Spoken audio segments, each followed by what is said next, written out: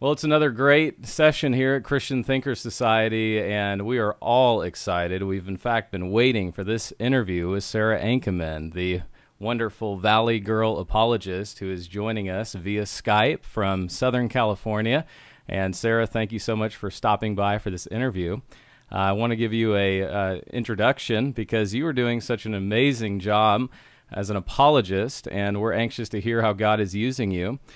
Sarah Ankenman is the president of the International Society of Women in Apologetics based in California.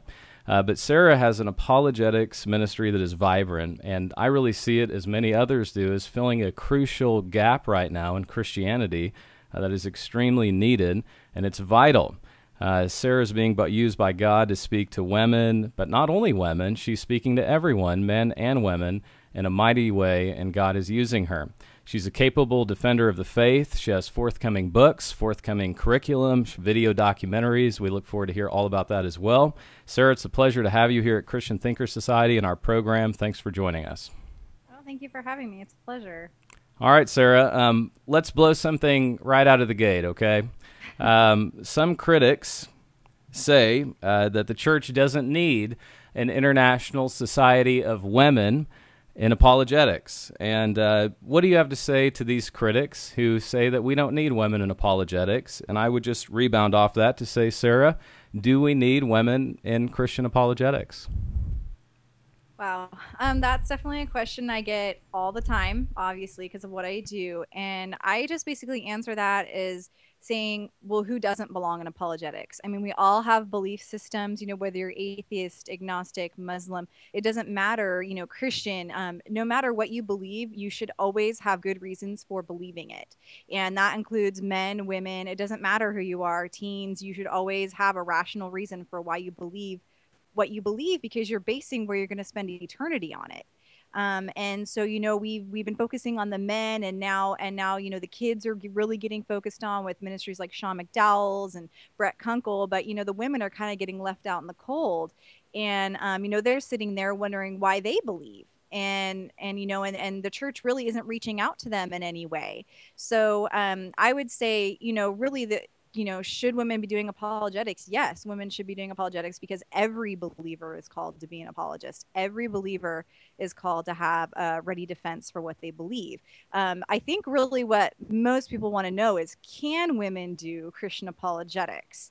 Because there's so many verses in the Bible that speak of, women being silent or things like that. So I think there's just a lot of confusion. And I think one of the main things we need to do is differentiate apologetics from preaching from the pulpit or shepherding a flock. I mean, they're not the same thing. And so I think what happens is when people hear, oh, women in apologetics, they think you want to come in and take over their church, or they think you want to jump in their pulpit and like teach feminism or something. And they don't really quite understand that the, apologetics is really just giving a case for Christ and teaching evangelism tactics. It's not, pastoring a flock. And a woman that, goes into a church, it's basically, we just consider the church, the four walls. It's a facility. It's a way to equip believers. It's not, she doesn't see herself as the shepherd. She doesn't see herself as the pastor. She doesn't want to get in your pulpit. So I think that's one thing we just need to differentiate. I just tell women, they're like, I want to get apologetics in my church. How do I do that? I say, well, don't even use the word apologetics, because right now that's very scary for the church. It's a scary, scary word for some reason. And so I think, one of the things I do is I say, tell them that you want to teach a class on the case for Christ and evangelism tactics. And that's basically being a missionary. Like apologetics is really teaching people how to do proper evangelism, defending the faith, and then also explaining what the difference is between their faith and Christianity. And that's no different than being a missionary, and women can be missionaries, so I just think that we need to realize that apologetics isn't done in the church. Apologetics is learned in the church, and then it's done in the world. Well, that's a great answer. And I mean, we're living in a culture, though. This is where the church can be so behind the times. And I heard two interesting things in your answer. Number one, we live in a culture that's empowering women, and apologetics is really about empowering women also in the church, because we have women right now, at least in our church, and I know many women listening to this are business women. They travel a lot. They find themselves in situations all the time where their faith may come under fire, where they're even in a friendly context. They're out in a social setting, and they're being faced with questions now with the popularity and the rise of new atheism, the rise of disbelief, where they need to know how to answer these questions. It may even be a mom at soccer practice, PTA meeting, whatever. We need to equip them. Secondly, you know, a lot of pastors don't even know how to do apologetics themselves, and so I think it's really neat how you're advising the important way that it is delicate how we deal with some pastors, because there are some women who God's hand is on them, but it is important that we come in a delicate way. So I think that's just a great, great answer, and I want to get into this name, the Valley Girl Apologist, because Sarah, I didn't even know your name, Sarah Ankenman, until I first heard AKA the Valley Girl Apologist. I love it. I'm sure many in our audience, myself included, want to know, how did you get this name and what's behind the Valley Girl Apologist? I came from an acting background. So when I started getting into apologetics and I realized, well, as an apologist, you're probably going to be called on to public speak a lot. And that's pretty much all you do. And unless you're like William Lane Craig or Norman Geisler and you just have the gift, you know, it's something that you kind of need to be equipped to do. And when I gave my first talk, was totally confident. I thought, you know, I've acted before. I'll be totally fine. And then I watched myself on film, and my inner scholar just started to cry because there was hair tossing and likes and ums and smacking and like all it was just horrible. And you know, when I watch it now, I'm just like, okay, well, I was young. I didn't, you know, I wasn't quite ready. And but basically, a good friend of mine, I wanted to quit, and I called her and I said, I'm obviously not called to do this.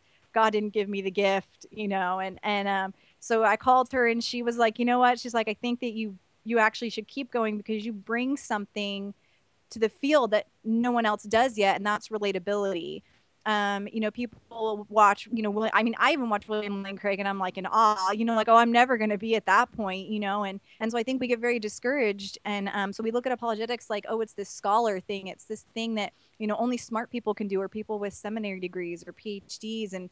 And I think what people don't realize is, you know, every person is called to be an apologist. And for that reason, you know, every woman, you know, watches, you know, like I said, you know, these people, and there's no women doing it. And, you know, they see these men who are just extremely well spoken, and you just get totally discouraged, because you think, oh, I'm never going to be in that place. And so my friend said, you know, you should keep going, because you know, you're up there, and you might not be the best public speaker, but you're doing it still. And that shows people that, you know, they can do it too. You know, if God can use me, then he can use you too.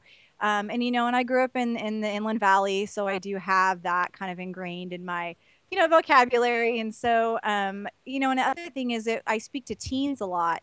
And with teens, you know, like if you come in there and you look like their grandpa, it's going to be really hard to relate to them, and they're going to not realize why this is relevant to them. And so it really helps to be, you know, a little bit younger, and maybe even have a little bit of their language in my language, because it bridges that gap that, you know, older apologists can't bridge. And so when I started a blog, I just kind of went with it, and I've gotten really great feedback and response. And so it's just God's been using it to show people that, you know, if he can use me, then he can use them too. And it's not something that only, you know, PhD scholars can do. It's something for everybody.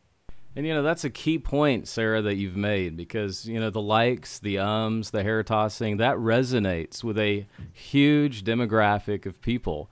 I mean, let's be honest. I mean, remember what the Apostle Paul said when he came to Corinth. He said, I did not come in power of speech. He said, I came knowing only the cross of Christ and the power therein. And what I love about your ministry is it resonates with just a very significant amount of people that are looking, like my friend Greg Laurie said, not for ability, but for availability. Now, having said that, you've got amazing ability that God has blessed you with, but you also have a way to say it in a way that resonates. And this is an area that the new atheists are doing well. The apostate Bart Ehrman is doing well. They're able to take these complex issues and boil them down and distill them down into understandable, even witty language, and use funny colloquialisms So anyways, keep up the great work, Valley Girl Apologist. We like that a lot. I want to talk about this hot statistic. Women who are normally the more stable church-going crowd have had significant shifts away from the faith. And according to this recent Barna study, women are shifting away from the faith at a rapid pace. Sarah, why is this? This really got my attention. What can we do about it? What are the solutions? And can you first tell us about the problem? Many aren't even aware this issue is out there. Well, I mean, we've been saying this for years, ISWA started in 2009, and the reason we started is for this very reason. The men have checked out. The men have been gone from the church for years. I mean, Biola did a study on it in one of their magazines, and, the men have already been gone for a long time. Then you've got the teens, obviously they're leaving the church at a rapid rate, so then you've got mom sitting there in the pew, dad's left home for another woman or whatever, the kids are at college becoming atheists, and mom's sitting there in the pew by herself going, why am I here? Like she never really had to think about that when dad was sitting next to her and the kids were in Sunday school. But now that she's sitting there by herself, she's like, well, why do I even believe? Why am I here? And no one's taught the women why that they're there. They've just told them, what to believe. And, they go to women today and they're just, this is what you should believe about this. And this is what you should believe about this. But they never tell them why. And so you've got women who are facing faith crises, and they're having to have the burden of the family now, and they're dealing with so much more than women used to deal with, and they're sitting there wondering, where is God in all of my problems? Where's my hope? Where is my reason for being here? And so this is where I feel like the church needs to fill the gap. I believe that the church needs to reach out to the minds of women and remind them why they're Christians in the first place. Mom needs a why. Basically, I just think that the church has kind of ignored the minds of women, and I think that's something that needs to be fixed. And, this Barna study wasn't surprising to me. I mean, everyone else has already checked out. I mean, we live in a postmodern relativistic society, and the church is losing ground rapidly. And so, we already knew that dad and the teens were leaving. And so it's no surprise that mom is leaving now. I mean, she has no reason to be there, or at least that's what she thinks. All the more important for your ministry, Sarah, which I want to talk about because I know people are really going to be interested to hear about how they can be more involved. Akin to that last question, I want to talk about, you mentioned students leaving. We've got dad who's checked out. We have mom who's checked out. And then we want to get on the kids. About 75% of the youth are leaving the church, or 60%, 80%. The statistics, you hear them differently.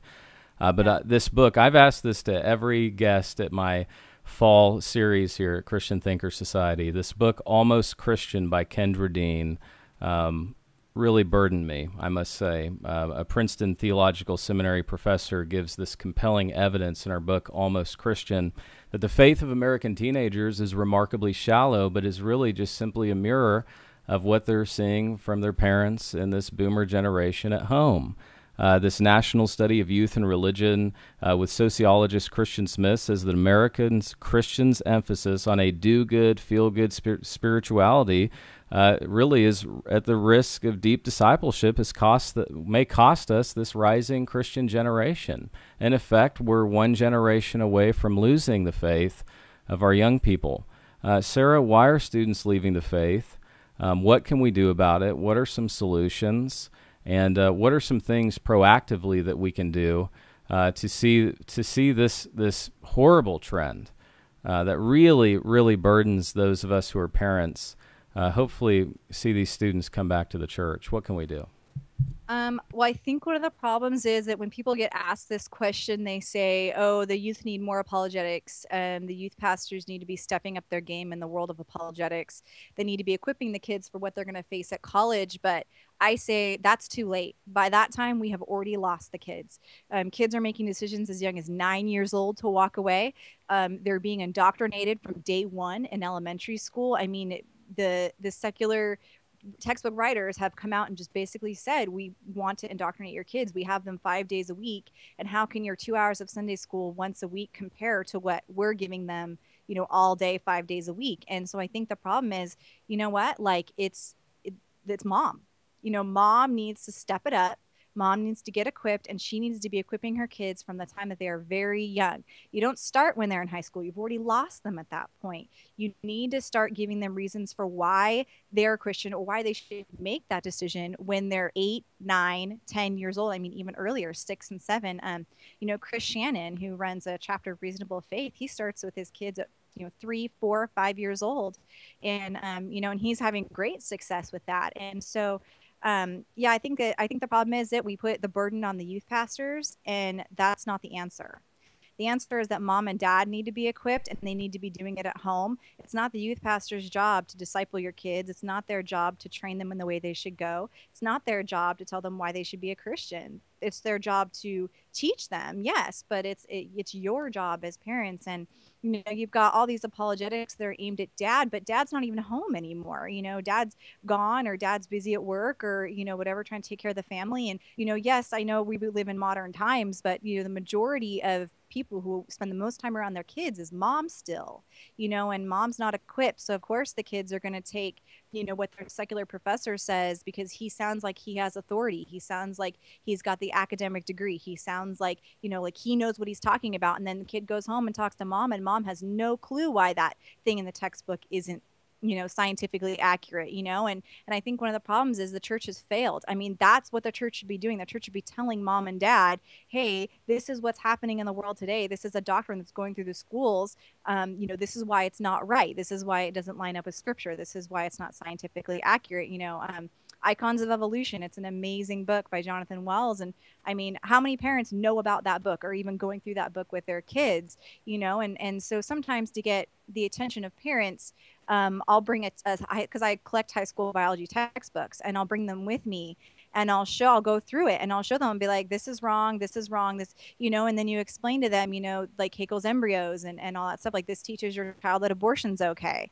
This says that they're not created with a purpose. It teaches them that who cares if you commit suicide, you don't have a purpose. So I think things like that get parents' attention, and they realize, what's in the textbooks. And but the church isn't equipping mom and dad to answer those questions. And I think that's where a place where also the church needs to step up. But I mean, that's kind of what the point of ISWA is to equip the moms with those answers. I mean, the atheist professors aren't as smart as they think they are. I mean, they're using the same old tired arguments that all the popular atheists are pushing, and they can't even answer some of the objections. We've got Christian apologists who have already dismantled those things, and they're just regurgitating them to students who don't know any better. And I think that's the problem, is that we hear and we get intimidated by these professors because mom and dad don't know any better. But I think if they just studied a little bit, it doesn't take a seminary degree to disprove a lot of the things that are going through the university system. Again, my guest, Sarah Ankenman, a.k.a. the Valley Girl Apologist, leaving the faith as early as 9 years of age. Wow. Sarah, you keep using the term ISWA. Our audience listening to you, I'm sure, wants to know more about this ministry, ISWA and ISWA U. Can you just talk a little bit more about your ministry and how we can get in touch with you, how our audience can follow you, and maybe some events that you have that people can participate in if you like? Yeah, so ISWA stands for the International Society of Women in Apologetics, and it's basically a ministry that it seeks to equip women in apologetics with the basic defense of the historical Christian faith.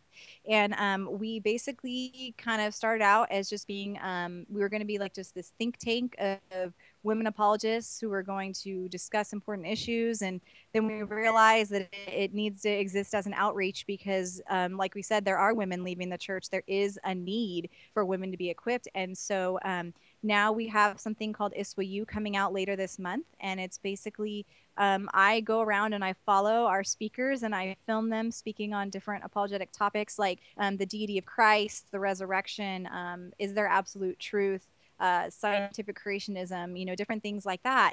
And then I film them giving the lecture, and then I write a workbook that goes along with it. And then they're going to actually be posted on our website for free. So women can all over the world can access our website and watch it, with their kids. If you've got a homeschooling mom that wants to watch it with her kids, you can do that. You've got moms who can incorporate it into their lessons. You've got the college student in her dorm room that has questions. She can watch it online. If she's being challenged on a particular topic, she can go online, find that topic, and then watch it, and then be better prepared for what's going to face her in the classroom. You've got the older mom who's, an empty nester. Maybe she's at home and she's, wondering, where's her hope, and so she can go on and watch and get reasons for why, the deity of Christ, gives us hope, and why his resurrection can give us hope for the future. And, so it's basically just available. I mean, we have women all over the world, as far away as India, that are waiting for these videos to go online, because they're just so hungry to go out and preach the gospel, but they feel like they're not ready. They feel like they're not ready to answer the objections that are going to come up against their faith. And so they're like, I have my Bible, but I feel like no one even believes in the Bible anymore. So we can't start with the Bible. We need to start back at one with absolute truth. Does that even exist? And so before we can tell them what that truth is. So, I mean, we've got women all over the world just waiting for them to go online. And so we're just currently in the process of filming them and editing them and writing the workbooks. And then we're going to have our first few go online at the end of the month. And then after that, we're going to just keep doing it for however long God allows us to exist. And so, yeah, I mean, that's kind of what we're doing, but we're at www.womenandapologetics.com if anybody wants to check it out. www.womenandapologetics.com. Fantastic. Now, Sarah, you're a pioneer in ministry. I know it hasn't been easy, and we just want you to know that we're praying for you. We're so excited about how God is going to use you mightily. He's already using you mightily, but incredibly in the future. This is a ministry that is needed now more than ever, I think. But I'm sure our audience wants to know, if you don't mind opening your heart to us. I know it's probably not always been easy launching your ministry. What opposition have you faced launching such a unique ministry, Women in Apologetics? Wow. Well, basically, since I started ISWA about 2.5 years ago, it's probably been the most difficult 2 years of my life, spiritually, professionally, physically. I mean, every possible thing you could think could go wrong in somebody's life has fallen apart. And that tells me that Satan is desperate to stop it. And that tells me one thing, that it's desperately needed for the cause of the gospel. Because if Satan didn't want to stop it, it wouldn't be necessary. So I know that because I'm getting attacked, that it's definitely something that Satan wants to stop. So then it shows me that I am doing, something that God would want me to do. And so that kind of keeps me going. When things get tough, I just realize it's kind of part of the game. Like, if you're called, then, you just kind of expect that type of stuff to happen. So, but I definitely come up against opposition, obviously from the church, because like I said, they think that you just want to take over their pulpit, and they don't quite understand the difference between apologetics, what it is, and that, shepherding a flock, it's not the same thing. And I think that they just don't quite understand that yet. And so definitely trying to educate the churches on what our purpose is has been kind of difficult. Usually I don't even get the time of day to explain the difference. So that's something that has definitely been an opposition.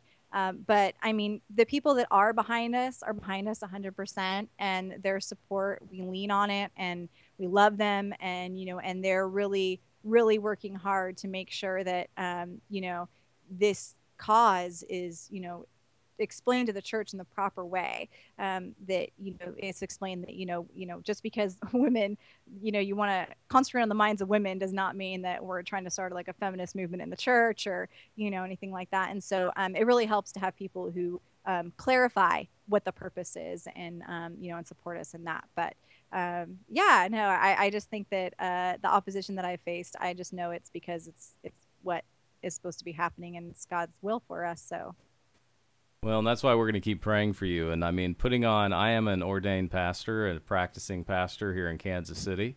And speaking as a pastor, as a preaching pastor, as a teaching pastor, and speaking as a Greek New Testament scholar, I can tell you that I give you, Sarah Ankenman, the Valley Girl Apologist, my unqualified endorsement. And what you're doing at the International Society of Women in Apologetics is profoundly needed. And I would only pray, would to God, that 1,000 like you would be raised up, because our culture, our society needs it, our world needs it. So you have Christian Thinker Society 1,000% backing prayers and endorsements. So Tell our audience, how would you encourage other women? This has been a question that I've gotten several times over. How would you encourage other women right now? They're listening to you, they're motivated, they're excited, they want to get involved right now. How can they get involved right now as females in Christian apologetics? What are some things that they can do right off the bat to get going? Well, one thing I would do is encourage women to start a book club. A lot of our members have actually done that. They pick an apologetic minded book and they go through it with a group of women. And so they'll read, a chapter a week, and then they'll get together and they'll discuss that chapter and talk about, how maybe they can incorporate some of the things that they're learning into their evangelism tactics, or how it affects them, as women, as for their heart, their soul, their mind. Really just I encourage them to really think about how it affects them as a whole, not just how it affects them emotionally, but what it does for their confidence as a Christian, because I think that will help them when they're out in the world and they're speaking to people of other faiths. Having that confidence is really attractive to other faiths, because no one else really has that promise of eternal salvation like we do, and that guarantee. So but I would also say, you could watch an apologetics video together. There's a lot of documentaries out there. A new one, Metamorphosis, just came out. There's Icons of Evolution. There's so many different documentaries you could watch together. And then you could also talk about it and discuss it amongst yourselves about, how, like I said, how that affects your evangelism tactics, how you could discuss it with your kids. How does it affect what your kids are learning in school? Things like that. Or like I said, we're going to have ISWAU. So, the point of ISWAU is that we're trying to bridge the gap between the seminary and the home, trying to equip women, without them having to go to seminary. They can watch a video, with a group of other women, or they can do it while they fold laundry, or, while the baby's napping. And as a mother of a 3.5-year-old, I totally understand what it means to have time constraints and not time to sit down for long periods of time. So I would say for the average woman, if she doesn't have a lot of time, ISWAU would be a good place to start, which is the whole point of it. You don't have to do the workbook, but it's there just in case you want to go deeper. It gives, recommendations if you want to go even further in that particular topic. If you have questions about specific things your kids are learning, we all have, email, like they can email me at sarah@womeninapologetics.com if they need ideas, if they have questions. You could host a women's function at your church and you could invite one of our speakers. We have a whole speaking team of women at ISWA that are equipped in apologetics, and they can come and speak at a women's function to just kind of encourage the women around you to get excited about it. There's also if you have a women's retreat, you could just dedicate one session, maybe one breakout session to apologetics. You'd be surprised at how many women flock to those types of topics, because they get kind of tired of the same old all the time. So you could even just, if you're willing to dedicate one session of an entire weekend to apologetics, that would be great. And then, there's many ways to get started, but I would say, just start with something small. Don't feel like you have to learn everything all at once, because you'll get ministry burnout. You'll feel like you're never going to make it. And so I would just say, kind of wait in slowly. And, we're always here. Like I said, my email door is always open. And I love hearing from women who are interested in this, because it encouraged me to keep going. So it helps me in my ministry.